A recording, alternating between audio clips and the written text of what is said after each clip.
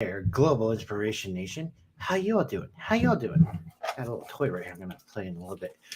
A little accordion. Hey, you guys ever hear like a little accordion? I'm gonna do this. I just picked this up. I saw this on a post earlier. I'm like, oh my god, I have one of these. It's so much fun. So NLP.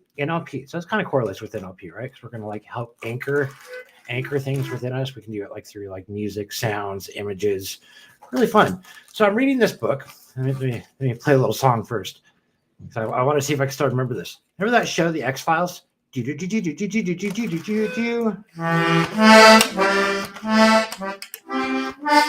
hey, others. Yeah, I'm one of those guys that are like, hey, hold on a second. Let me do over.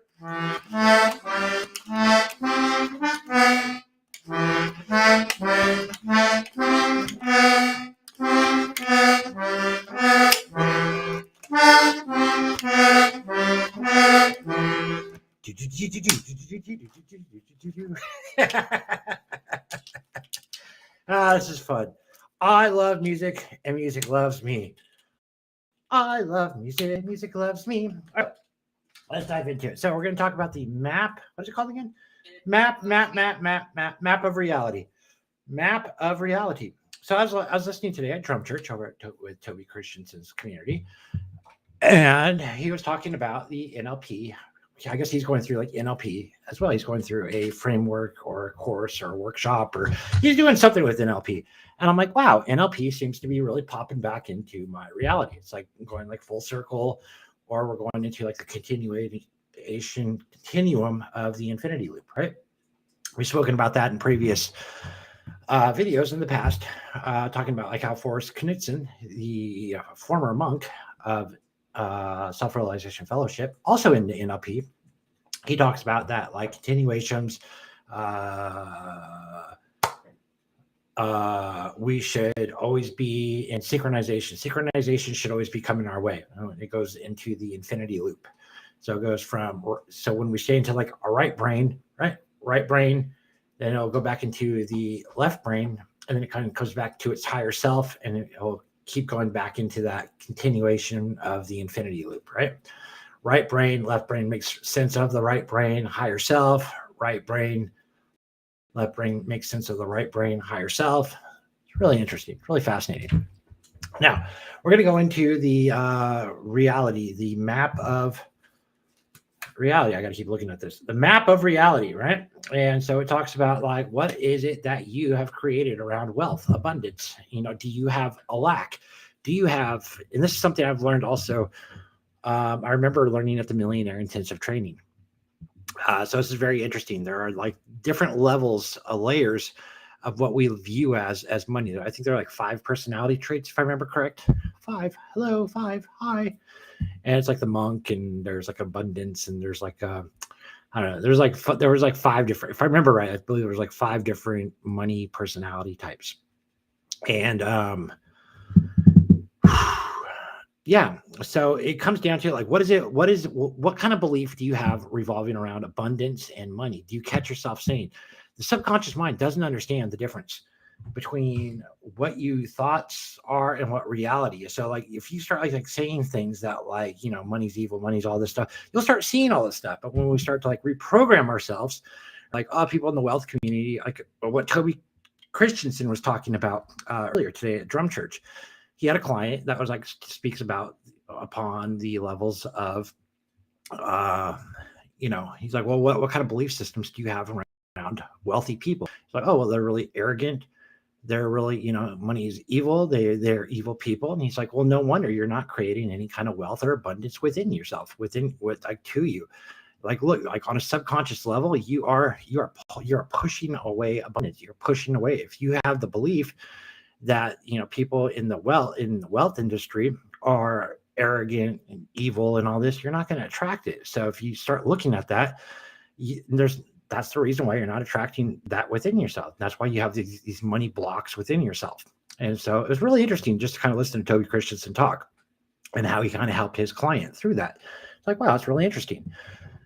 And so he was talking about, you change the dynamics, you change like the paradigms of it, like what your beliefs are. So start like looking at like what it is that you do like. So find people, like shift, like change that map, change your roadmap of what it is that you are looking for. Also, within this book, as I continue to read this book is super interesting, by the way. And it's a lot of things I've kind of known and learned over the years, but also like helped me get off narcotics and drugs. Like I was applying a lot of this stuff before I even knew this stuff. Like, if that makes any sense, I went into like a deep hole and did a lot of self-realization, look inwards, and a lot of this stuff that I'm like NLP and NLP communities are like a lot of like my own realizations that I had a long time ago that helped me get off narcotics. So it's really super fascinating. And Cindy Ingles on here, and she says, watch your words and your thoughts. Yeah, she gets it. She gets it. She's a person that talks about the wiggle, jiggle, and giggle, reach for the higher feeling, reach for the higher thought. That should be an NLP practice right there. Reach for the higher feeling, reach for the higher thought. And so really change the dynamics. What Toby Christensen brings it back to within the wealth industry, wealth community. They start looking at the people that you do admire. For example, for me, mine is Oprah Winfrey and Sir Richard Branson. I have many others, but those are the two examples that I looked into today. I did a little background check on them. And I'm like, what is it that they do? What is it that I admire? Turns out what I admire within the wealth industry is people that givers, philanthropists, people that like give back. Those are the people that like, I truly, truly admire. So like I try to build myself around, like as I build myself up into what it is I do want, I want to create wealth within myself. So I have so much time freedom and financial freedom that I can help people for free. That's just what I want. I have always been inspired by people who have done that. There's a lot of people within that in the wealth industry growing up that I've always looked up to, read about, heard about, looked up to. And those were always the people. And that's always the people that I've aspired to be and to become, is get to a financial freedom place where I can go around and secretly and openly, more importantly, secretly help people. Like I want to be that person that kind of flies under the radar, kind of openly, but also kind of like, not letting people know that I'm like wealthy, like, living in like huge abundance, and then get people to know them from like a personal level, because I really enjoy talking to people and getting to know people around the world. I love to get to know people's stories. And then like, without them knowing that like I would be like megally rich, because that's what I'm aiming to get to, is to be extremely wealthy, but fly under the radar being extremely wealthy and then go around and help people. I want to be that person. That's the person I'm going to build myself to be. And that's the people that I admire, that I look up to within the wealth industry. Now, here's another thing that's really interesting. The brain does not know, it does not understand. It does not understand what you don't want. So it comes down to watch your, what Cindy Engel was talking about here. Watch your thoughts and your words. What you don't want, the brain doesn't understand that. So it doesn't comprehend anything negative. So when you're saying that, like, I don't like, arrogant people, you're telling you're basically reinforcing to your subconscious mind that you like arrogant people. And so your subconscious mind thinking that's what you like, because it doesn't understand negativity. It doesn't understand no or don't. It just doesn't understand that. So like when we start saying that, we're reinforcing it more on a level of that's what we want. And so the subconscious mind is there to protect us and give us what we want and more of. And also, like if we ingrain emotion, it gets really kind of tricky here. So it's when we ingrain like certain types of emotions behind it, emotions that we ingrain behind it, will deepen it. So it's like levels of that we deepen it, and we ingrain it, and this becomes like our emotional baggage that we carry and that we got to release. And so, but when we tell, we don't like things, mind doesn't really understand that. So it's very important that we talk about what we do want. Who cares what we don't want? Like, what do you want? Because like if you start talking about all the things you don't want, and as a society, we tend to really do that a lot. We watch TV growing up, watching TV, a lot of that stuff, like this becomes our program.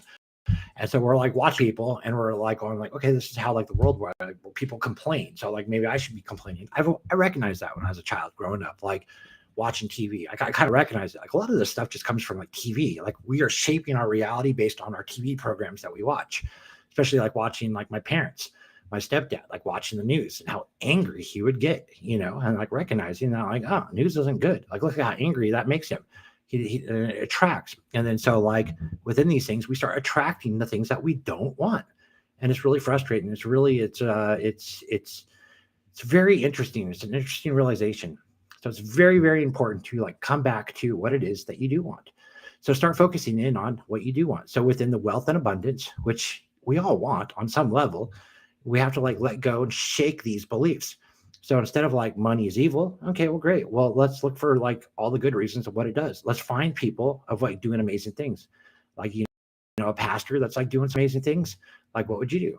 Like, really evil to like donate to like help save a cause for like, I don't know, an animal shelter so that they don't euthanize animals? That doesn't sound that evil to me.